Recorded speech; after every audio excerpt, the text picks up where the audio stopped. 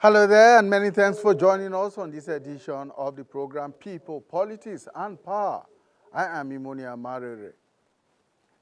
The 2024 G-20 Summit in Rio de Janeiro, Brazil, has come and gone, with Nigeria as an invited participant. The G-20, a group of the world's 20 largest economies, was formed in 1999 and meets regularly to coordinate global policies on trade, health, climate, and sustainable development. The original 19-member group was expanded to 21 in 2023 with the admission of 2 regional blocs, that is, the European Union and the African Union, but remains known as the G20. The annual summit seeks to bring together industrialized and developing economies to discuss the global economy in an era of rapid globalization, complex economic interdependencies, and pressing global challenges. Nigeria's participation in the 2024 summit has been the subject of public debate, especially given the current challenging economic standing of the country. Questions have been posed about the strategic importance of the summit to Nigeria's national priorities and its developmental goals at this time. How far did Nigeria's participation go in influencing global policies that impacts its economic landscape and harness collaborative opportunities at this summit? Was it worth the effort and resources expended in participating? Or was it just another sterile diplomatic engagement opportunity? This edition will delve into the multifaceted dimensions of Nigeria's participation in the Rio Summit. Now, almost side by side with the Rio G20 Summit was the UN Climate Change Conference, otherwise known as COP29, which was held in Baku, Azerbaijan. Now, we shall look at some of the outcomes as they affect Nigeria and other developing nations, particularly the $30 billion deal on climate financing. That deal was reached after a very big fight. Was it worth all the fight? And will the global north eventually live up to its pledges? These are some of the issues we'll be looking at on the program today, and I'm joined in the studio by 2 gentlemen. First, from my left is Mr. Agaba Wisin Agaba. Mr. Agaba is a business consultant, and he is the MD and CEO of Dream Height Global Consult. Thank you so much for joining us. Thank you very much for having me.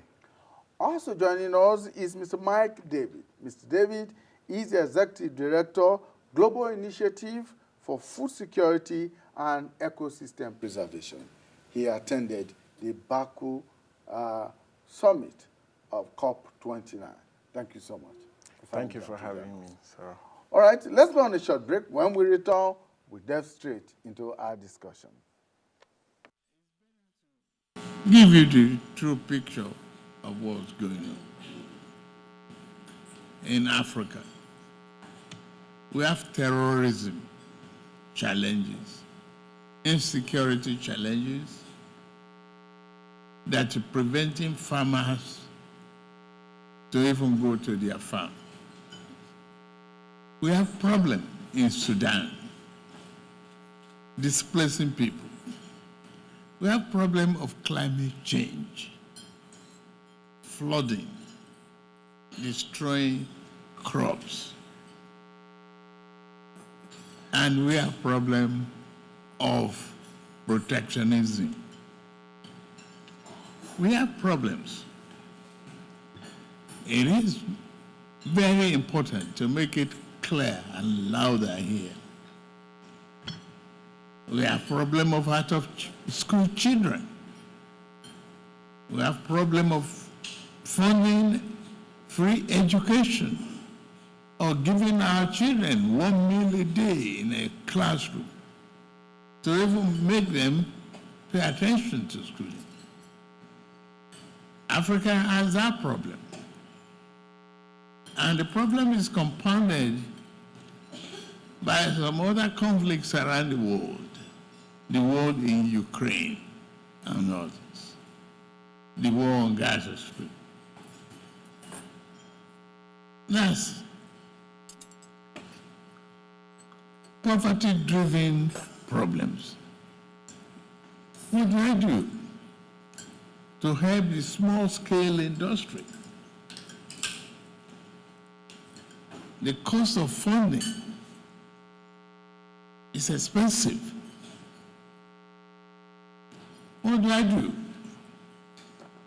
to get power to industrialize my country? The cost of funding is extremely expensive. The developed world need to extend these promises that you have out here today. I must salute every one of you. But support the continent. The neglect of Africa is a danger to the rest of humanity. And we have to lift one another up. We have to build an inclusive economy that takes into account the population growth. In Nigeria, I have over 250 million souls. The fight against hunger and poverty is not a matter of choice, but a matter of priority for me. Where do I get to say? President Bola Ahmed Tinubu there at the Rio de Janeiro G20 summit. Now, Nigeria is not a member of the G20, but was invited to attend this summit. And there you heard President Bola Ahmed Tinubu saying that the neglect of Africa is a danger not just to Africa, but to the rest of humanity. So what did Nigeria bring back from the Rio summit? Mr. Agaba Wesen-Agara is business consultant, and we are also joined by Mr. Mike David, who is the Executive Director of Global Initiative for Food Security and Ecosystem Preservation. As we understand, one of the deals that was made on the sidelines of the Rio Summit was an agricultural deal. We'll come to all of that later on. But Mr. Agaba, let's begin with you. Let's begin with an assessment of the 2024, which is the 19th summit of the G20. Well, I think that basically the issues that were raised in the summit are contemporary issues that are currently with us. They talk about social inclusion, fight against poverty. They talk about energy transition, vis-a-vis moving from fossil fuel to renewable energy, or what we call clean energy. And they talked about, what was the third main point again? Reforms of global governance institutions. I think that these issues are germane issues, and it affects us. And I think taking a look at them again at this time is a good thing. I happen to have been involved in a research that had something to do with WTO recently. And when I read most of the agreements and the way the institution is set up, it does seem like most of the setup is not in favor of the Global South, which we are part of. So I think a conversation like that is very important. And like the president rightly mentioned, we have a huge population here. And that population is turning into a burden because certain things are now being put in place. Although I may not say that Africa is being neglected. Or maybe it's being neglected, but by whom? It's leadership or the global north.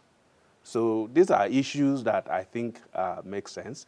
And putting the issue of climate change, energy transition on the table at this time also is very important to me. Because I look at it from this way. There's a statement that the president made at some times ago about the role of Africa in the pollution of the Earth's atmosphere, so to say. Africa has barely industrialized. So we have the global north who have done heavy industrialization and has contributed so much to the depletion of the ozone layers.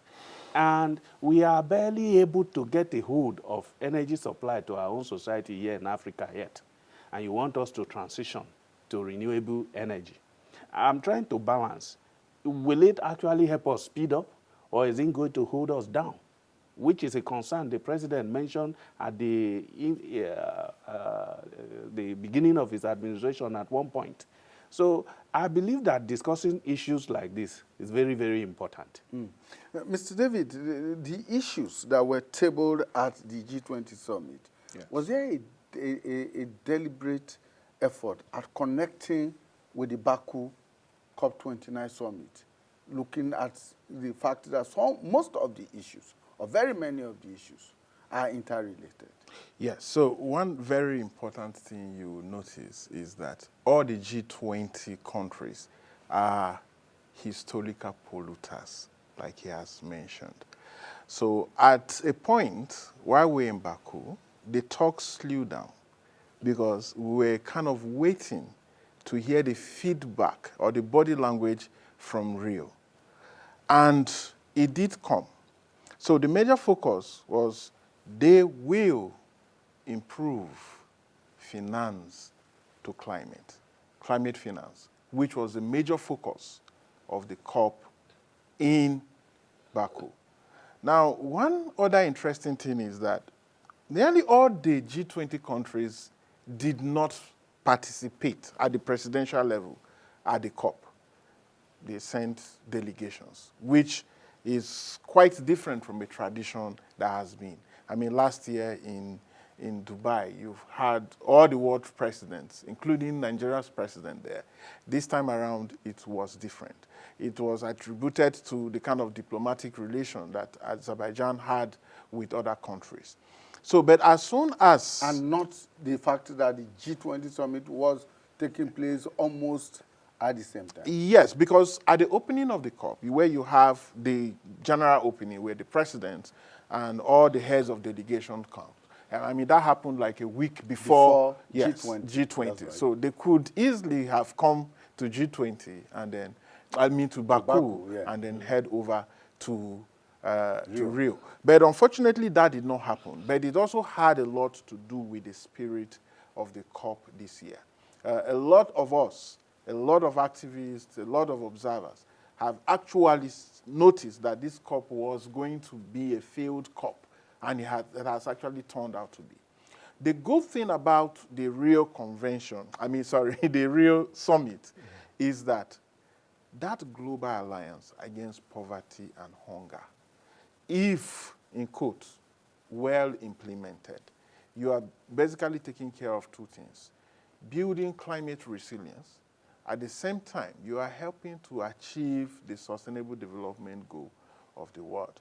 Because as it is now, we are off track from attaining the SDG 30. Because look at the poverty ratio around the world. There's about 5 years away. Yes, barely 5 years away. But if you look at Nigeria, look at the poverty level in Nigeria right now. And then check other parts of Africa. Look at Sudan and the war and the implication around that region. Look at the Sahel and what is happening. And now even look at other countries, even in the global north, in quotes, the impact of climate change on Spain. We talked about Valencia a few minutes ago. Look at what is happening in the United Kingdom at the moment and elsewhere. So poverty is increasing. And if the world wants to eradicate poverty, these countries, the G20, which we attribute that they are part of the cause of the poverty in the world. Because what I see is that these guys cause these issues.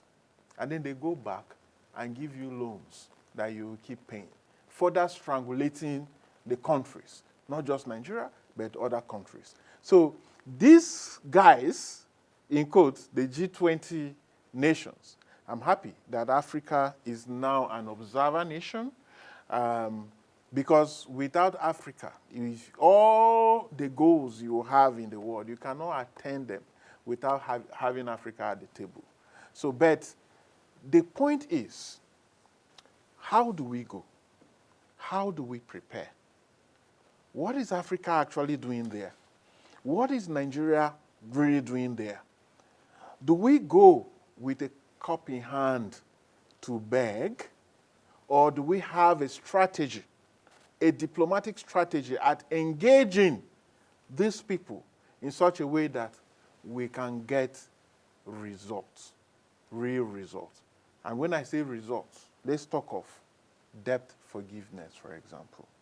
Look at how much Nigeria pays in debt. So if you forgive part of that debt, I mean, I'm not saying forgive so that we'll squander, but you know the impact of that on the economy of Nigeria and other African countries. So it's not enough to allow disasters to happen, and when countries cry to you, you further impoverish them by giving them loans. All right, Mr. Agaba, Africa is now sitting at the table at the G20. And then to bring it down, drive it home, Nigeria was invited to the 2024 summit. How much impact is Africa's presence through the AU going to make in terms of demands and negotiations?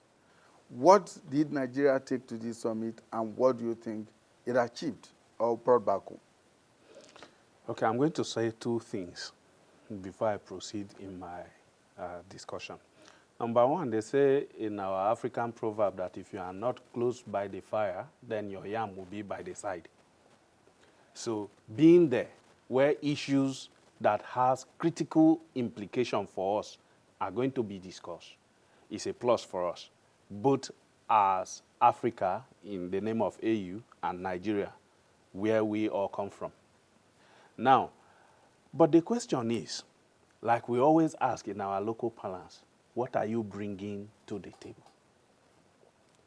Every relationship, every negotiation begins and ends in giving and taking. Let me start from the AU level. How cohesive is AU itself? Have we been able to forge a single front for which we can go out there to negotiate? It's been very difficult for us to do that. Now, after, for instance, the African Free Trade Agreement has been in place for some time, how well have we implemented it at home here? Because for me, these are some of the platforms we can use to negotiate.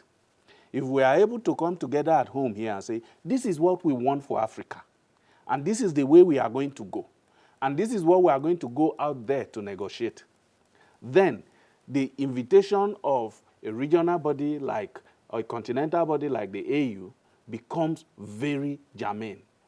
But where you have not been able to agree from your house, what are you going to ask out there? It may also as well die on the table of selfishness of certain individual countries or individual leaders, okay? For Nigeria too, I think that we need to also do more in fashioning a common front, a vision that every Nigerian can believe in, so that a political party could just become a vehicle, different vehicles through which we believe these visions can be achieved. We need to be able to identify our resources. By resources, I mean both natural, human, and other opportunities. What we hold as our own ace, so that when we go there, we can say, give me this so that I can give you that. But the question is, even the ones we know we have we been able to prevent people from taking without our knowing? Now, if I can come to your house and eat food without your permission, so why do I need to befriend you? Why do I need to buy you drinks outside in order to come to your house to eat? So we need to focus on one critical issue that is allowing this to happen at home here in Africa, which is corruption, especially in high places, so that we are able to protect our resources, so that when we tell you we are not going to sell cocoa to you, truly you won't get cocoa from us. So when we say we will not give you crude, truly you won't get crude from us. So that when we say we won't give you X, Y, Z, truly you won't get it. But a situation where they can get these things through unofficial means because our systems are porous, you don't have much to negotiate, because if you tell the man I won't give you, he say, don't worry, keep it. After all, I will get it. And he will get it. So these are the issues that I feel, that is why I underline the word neglecting Africa. Who is actually neglecting Africa? Is it Africans or the global north? Do you expect that the other person's father should leave his children and come and tend to you? The global north knows that if Africa refuses to give them the resources at cheap price, then their economy will go down. And this is a question of either us or them. So why would they choose us? We need to choose ourselves, to protect our resources, to optimize it, to make the most out of it.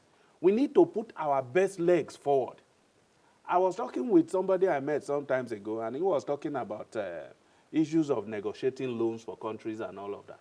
And he said each time he goes to an European country or any of the global north countries to negotiate loan, is usually a tug of war. They will have various breaks. But if he comes to Africa, it's just like a ride in the park. Because everything they bring, the leaders will sign. And at the end of the day, they have refused to look at the fine print of these lines to know the implication, both short-term, medium-term, and long-term of what you are signing.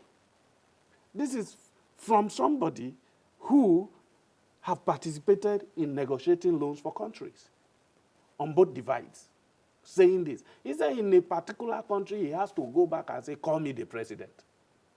He said, I'm an African. I can't sit down and see you people kill yourself like this. Go and get the best people from your country to read this document. And I was just looking at him. I listened to another professor of economics who said that what the global institutions are there to do is to keep the emerging economies or underdeveloped economy where they are, with selling hope to them. Why? Because if they manage to grow, then the economy of the developed countries will go down. Now, picture what we do here. We farm cocoa somewhere in the southwest, somewhere in the coast of Ghana, somewhere in Cote d'Ivoire. And then we package the cocoa, send it to them abroad. And then they make chocolate. And then they come and sell it to us at a very high price. Now, if we want to export our beans, they will grade it. Our beans, for instance, will be the least. You understand me? And buy at a price that they tell us themselves how much dictate. they will buy it, right? And they buy from us. And then when they make it into something else, they bring to us at their own price. They will come to us, take our iron ore at any price they want. When they build their aeroplane, when they build their cars, when they build their guns and all of that, their military needs, they sell to us at the price they want. Then they give us the condition on how to use it. Then, like our Tucano, they disable some accessories or refuse to give us some accessories. You know, so these people don't have our best interests at heart. And in fact, sir, they should not. Because the best interest they should have at heart is theirs. So Africa should start by first having its own best interest at heart. If you look at our society today, you'll see our people take money from there and they go and hide it in their own economy. Money that we so much need here. So, and these countries tactfully and strategically encourage this type of behavior so that these resources keep moving from Africa to them. And it's not just that. They also strategically and tactfully drain us of the best brains. Because they know when you cause chaos in Africa, when you cause underdevelopment, when you cause pain, those who have something to offer will stick out and strike out to look for a better place. Then you create a welcoming home for them. So if the best of Africa is always out of Africa, how then can Africa grow? So these are long-term strategic issues that government after government in the global north continue to pursue. They don't put this on the front burner for you to see, but this is the agenda. Great. Mr. David, let me take off from that point of view and to look at the fact that there is the G7, which is essentially a global northern affair. Yes. Of course, then we now have the G20. Yes. And some people have suggested that decisions are made at these levels and not really at the global forum, which is the UN. Yes. And so it's making the UN much more irrelevant in global affairs because at the smaller group level, the decisions are taken. For instance, at the G20, there's only one African country that is sitting on that. South Africa. Yes, South Africa, on that table. Even with the admission also of the AU, it doesn't appear as if Africa's voice will resound in that forum. So it is an issue of neo-colonialism, purely. It's a system that has been designed to keep Africa this way. And so we need to emancipate from this system that has been designed. It didn't start today. It's right from the colonial days up till now. If you look at the Bretton Woods institutions, they've all been designed and skewed against Africa. Rightly so that he has said, it's how we will get out of this system. It's a very tough battle, but it's not a battle that Africa cannot really overcome. Unfortunately, we may not be able to overcome with the current political system that we have in Africa, because nearly all the presidents, in quote, before they get elected, they have some form of support from the global north. If you don't, you won't get elected. If you get elected, you could get killed if your thinking continuously goes against the global north. So it has to do a lot with we, the citizens of Africa, rising up to say enough is enough. It's not going to happen like magic, but it's a system that when we continue to talk about it, especially our youth, to understand that the poverty you are experiencing now, that you will have to import everything, that you will have to export your cocoa to get back chocolate, that you have to export your raw materials, for example, producing batteries or solar panels, to get back and continue the energy transition plan that we do not have the resources for. But that if you want to invest in other critical minerals, like what we have, our gas reserve, that we consider as a transition fuel, we would not have the resources to do that investment because we are waiting for those resources to come from where? The global north. So as long as you continue to do so, then you have surrendered your country and your resources to these guys. I keep using the word these guys intentionally because they are smart. They plan 100 years ahead of us. Yes. We are always struggling to catch up. We are just responsive. And in doing that, we are further mortgaging the future of our country and the future of our children. He rightly said, the strategy right now is to steal the best brains. And that's why there are so many scholarships, and then you steal all the first class. They're all out there. And now it's quite easy. Move to Europe, move to Canada, right? Then you leave the rest of us here to continue to struggle. But the key issue is this: political leadership on the continent of Africa and also in our country. How aware are they of these issues? And if they are, what plans do they have to counter this? If you look at countries that have closed down to some of these invitations from the global north, when I say closed down, I'm not saying not, visiting, or close down to some of these quick loans and stuff, they do better. Let's take example of Tanzania. Mugaferi that died a few years ago. If you look at the growth that Tanzania had within the last 4 years to 5 years before this guy died, you will agree with me that sometimes when you close up and say, look, it's time for us to take a decision by ourselves, not waiting for IMF to tell us what to do all the time. And of course, you know the implications of them telling you what to do, because they are interested in giving you more loans. They are interested in stealing your resources, which has been the issue with us in Nigeria and the rest of Africa. I mean, what we are experiencing in Nigeria is even small as compared to what is happening in countries like the DRC Congo, one of the richest countries in the world. What do they have there? I mean, the country is so rich that a farmer can go to the farm with hoe, and then the next thing is diamond is picking up. It is that rich, so blessed.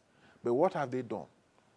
Countless of wars. As a kid, I kept hearing of wars in the DRC, in Congo. Up till now, it is the same situation. Where are those raw materials going? Down to the global north. And now we have competition between the global north and Asia, China. So when sometimes we say we will not go the side of the global north, the Chinese are waiting for us, and they even have their own people here. You go around the states, you will least expect to see a Chinese man. He's there in the bush. Why? Our resources. And they cannot do this in collaboration without the collaboration of our people, our political class. So we are just stealing the continent bare, completely. So how does it feel when you sit, or a servant sits with the master to discuss and to negotiate, which is what the G20 and the COP appears to represent? Because, for instance, the G20 members represent about 85% of global GDP, Yes. 75% of international trade, and 80% of the world's population, and then of course 60% of the world's land area. So when you put all of this in perspective, and then you are sitting down with the global south, when the global north is sitting down with the global south to negotiate, whether it is the climate change or it is economic policies, what does it feel like? So when you are negotiating from a point of disadvantage, which is what we in the global south, we are always at a disadvantage. We're always like we are begging. And for a fact, who designed these tools for negotiations? You cannot beat the master with his own tools. And that is exactly what is happening. Tools have been designed, and we have been taught to use these tools, in quote, diplomacy, negotiation, lobbying. Who designed it? We go to school. The curriculum is not designed by us. They know what this is. So can you beat the master with his own tools? No. We need new tools. And when I say we need new tools, for me, I am totally disappointed with the COP process. The last COP just ended is COP29. And I said, why don't you, for once, even boycott the COP? Boycott this process and tell these guys you mean business. So I'll give you an example.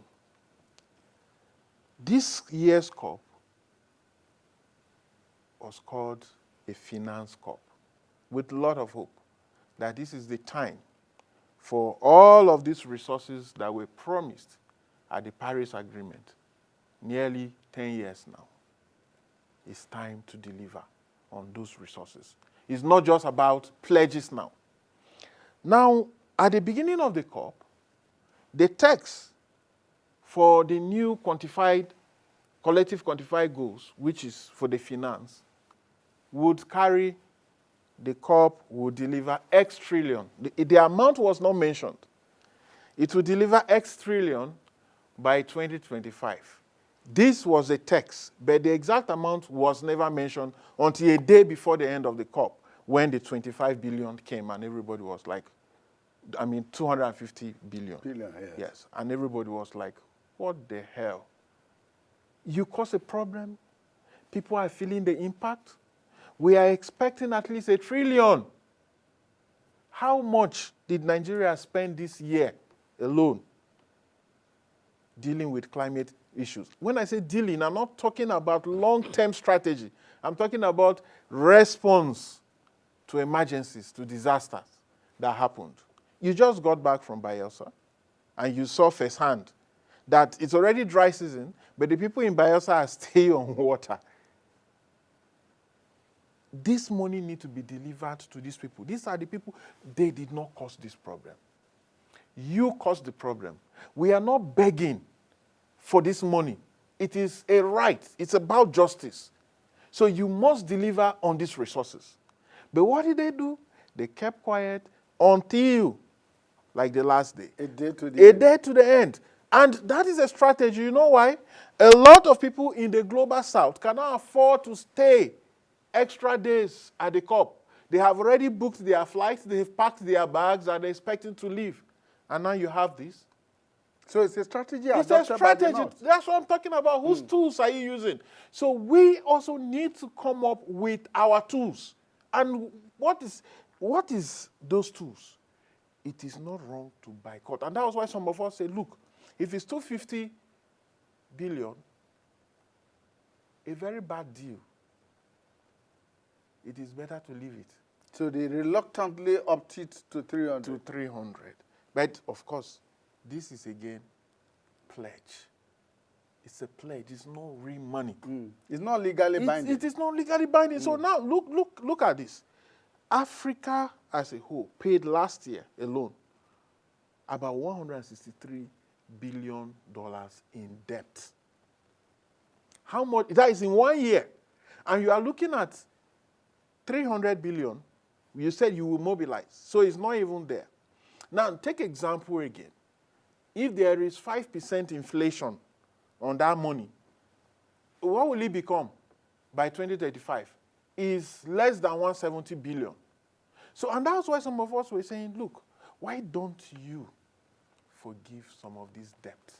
So these guys have these monies that can be used for building resilience, can be used to respond to disasters back home.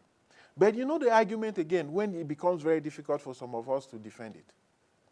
Like a very good friend who is from the global north say, you give Africa this money and they will still steal everything. And take it back to the global north. And then I'm lost for words because this is the fact. So why you are crying and shouting, give us this money? Where does the money come to? Through our financial institutions, through our policymakers, and then the money goes back to the global north. So what some of us have been advocating to is a system where money is delivered directly to the people. Like the person in Bayelsa whose house is completely flooded. He needs to build resilience. The farm is completely flooded. He has lost everything.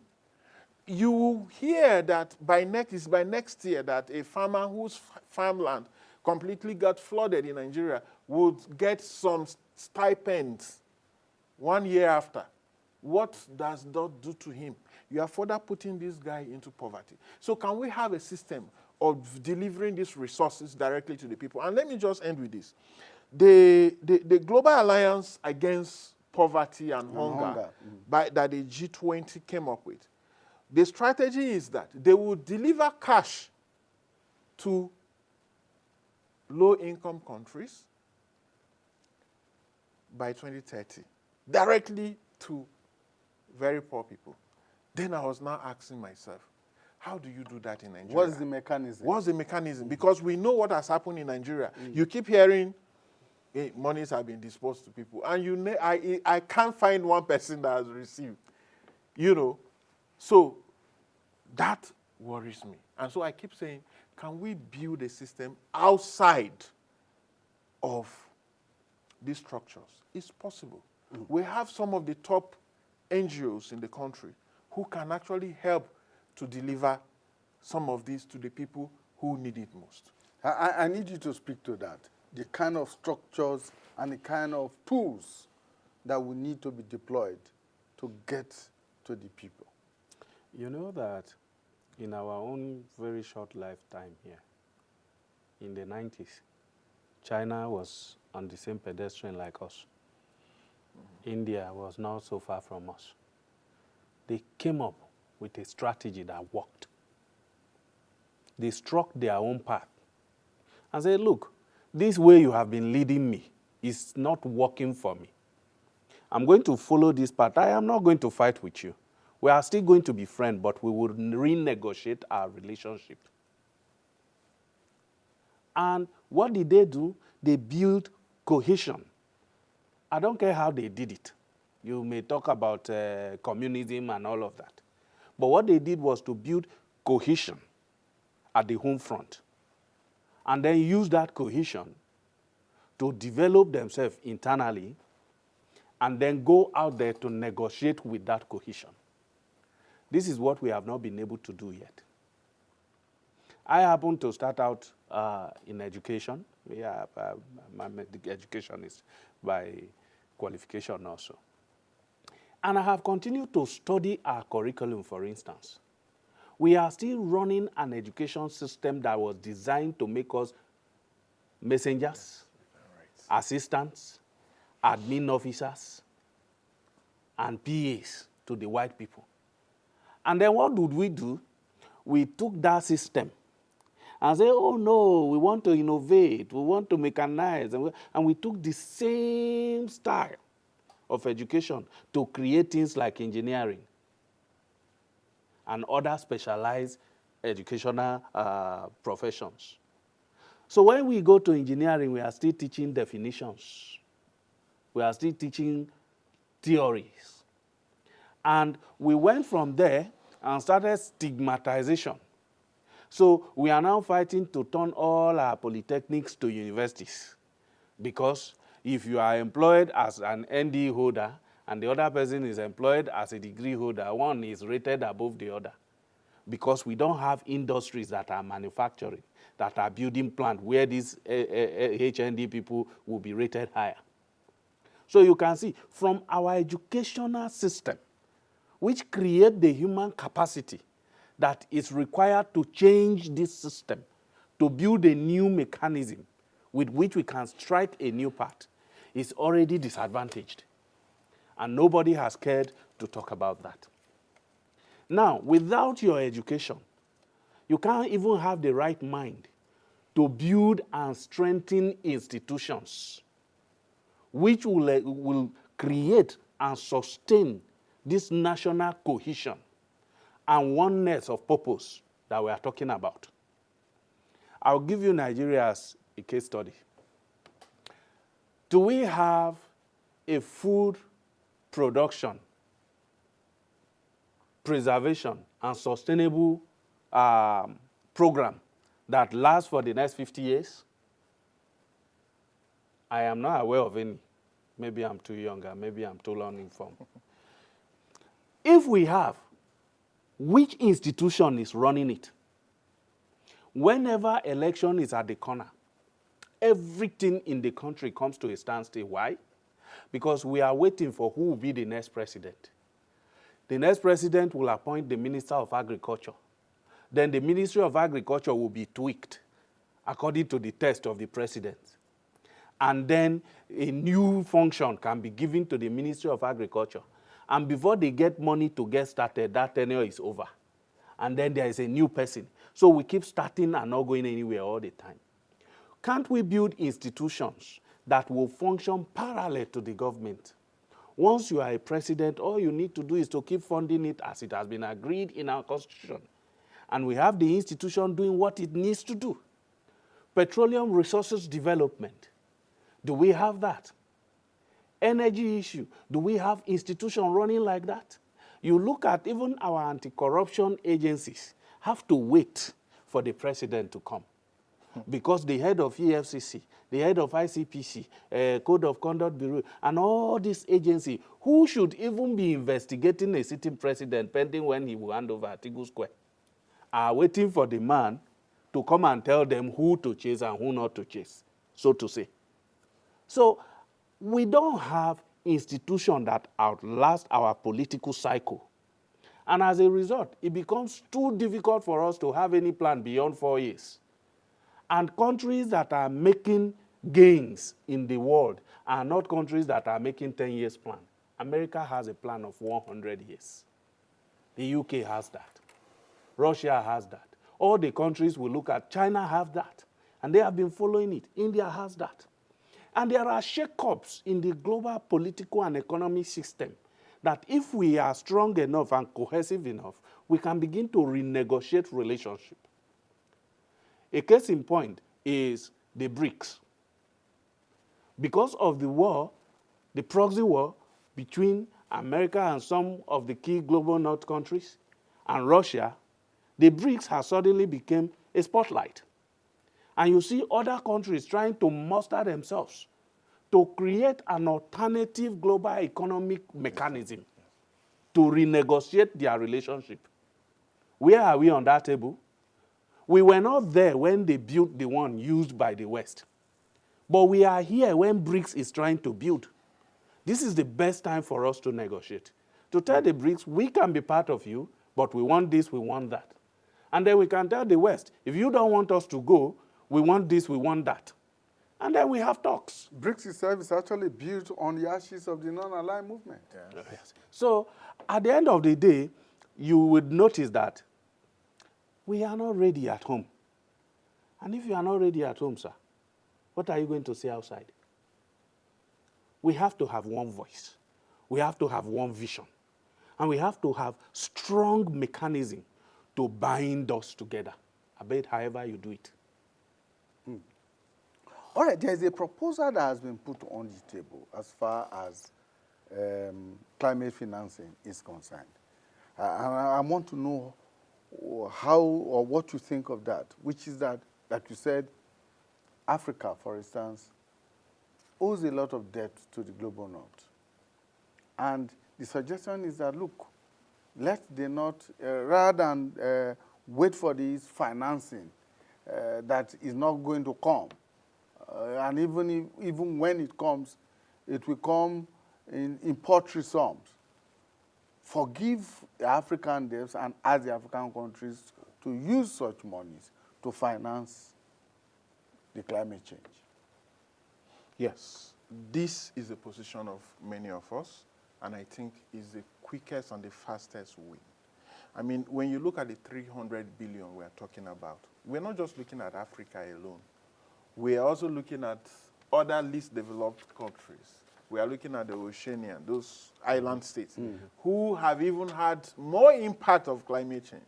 You have a country like Kiribati that has already bought land in another country to host their citizens because of sea level rise.